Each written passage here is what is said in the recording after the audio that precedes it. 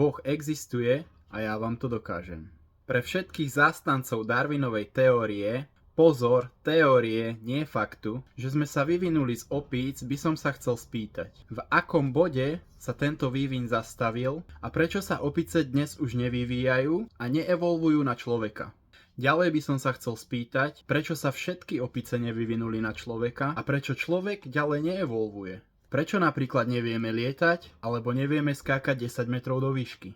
Neviem, či poznáte koncept minimálneho génu, kde každá bunka potrebuje minimálny počet génov na to, aby prežila. Ak by bunka vznikla len tak z ničoho nič, tak by mala len 1 alebo 2 gény, nedostatočné na reprodukciu a rozmnožovanie. Čo potvrdzuje, že Boh musel vytvoriť viac génov pre bunku, aby bola schopná rozmnožovania sa. Dôkaz o existencii Boha je všade okolo nás. Stačí vypnúť mobil, vytiahnuť slúchadka z uší, rozhliadnúť sa okolo seba a zamyslieť sa, ako toto všetko môže fungovať v tak dokonalej harmonii, kde všetko spolu perfektne hrá. Chémia, biológia, fyzikálne javy, potravinové reťazce. Všetko je to úžasne naprogramované našim stvoriteľom. Naše vnútro a naša duša naturálne Boha pozná.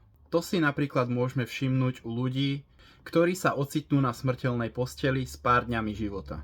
Alebo iných životných ťažkostiach. Ľudia začnú prosiť Boha, aby ich zachránil. Smutné je, že väčšina hneď potom, ako ich Boh z týchto problémov dostane, tak bez poďakovania na Boha rýchlo zabúdajú. Vidíme sa pri ďalšom videu dokazovania Božej existencie.